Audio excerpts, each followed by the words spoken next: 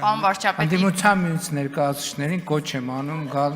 եւ չեք խանգարում դուք ընդհանրապես, եկեք գրանցվեք, գնացեք։ Շատ լավ։ Պարոն վարչապետ, Վարկմարկ կունենաք փակելու բան, չգիտեմ։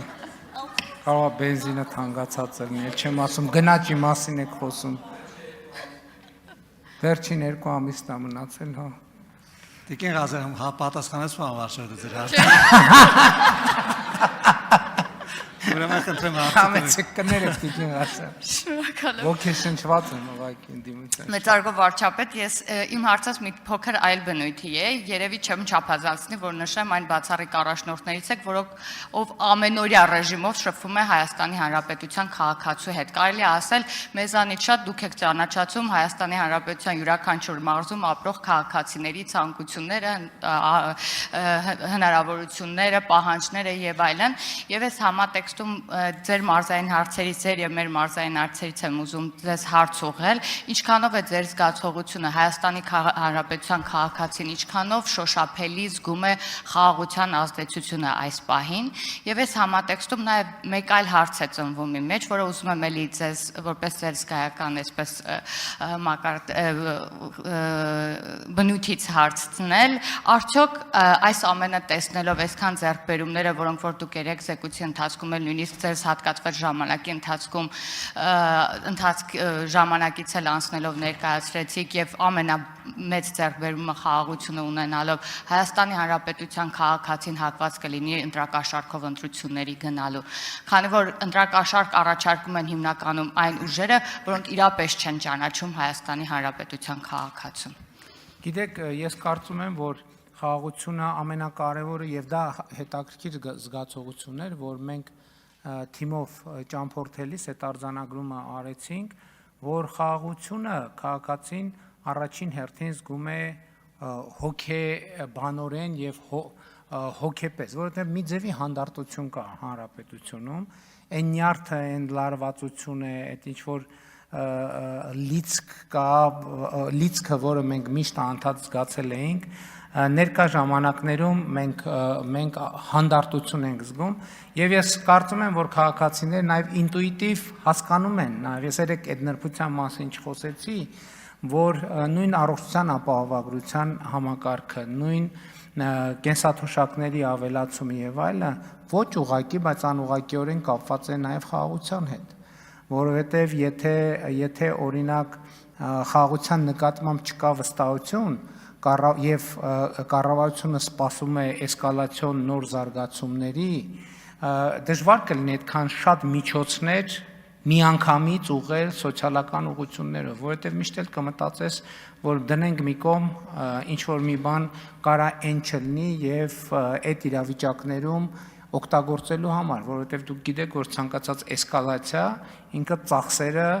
եւ չնախատեսված ծախսերը մեծացնում է եւ այլն եւ այսպես շարունակ։ Եվ խաղաղությունն է, որ մեզ հնարավորություն է տվել, որ հանդարտության պայմաններում մենք ասենք լավ, այս ուղղությամբ նախ խաղաղությունն է բերել հնարավորություն տնտեսական աճի։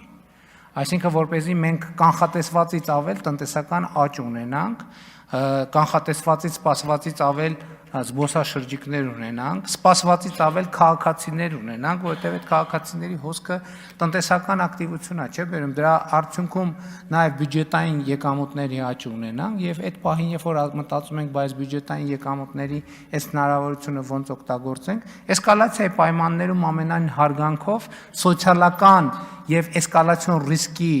լարվածության պայմաններով ամենայն հարգանքով առաջի միտքը այն չի, որ այս ծախսը պետք է ուղղել սոցիալական ուղղություններով։ Մտածում ես, որ էսկալացիայից բխող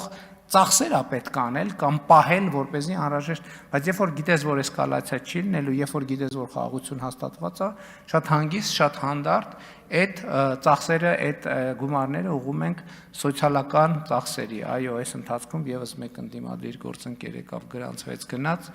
ինչի կապակցությամբ շնորհավորում եմ։ Այսինքն ես եւ գիտեք ինչ, իմ կարծիքով քաղաքացիները խաղաղությունը ավելի շատ են զգում, քան մենք նույնիսկ սպասում էինք։ Ես ընդհանրապես 2018 թվականից հետո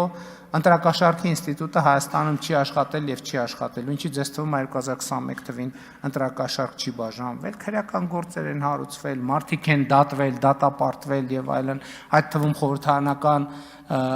խորհրդան անցած ընդդիմությունների ներկայացուցիչների, չկա այդ դարաշրջանը անցել է վաղուց։ Համեցեք արձագանք։ Շնորհակալ եմ շատ եւ եւս ուզում եմ իմ կողմից հաստատվել, որ իրապես զգում է Հայաստանի Հանրապետության քաղաքացին խաղաղությունը, քանի որ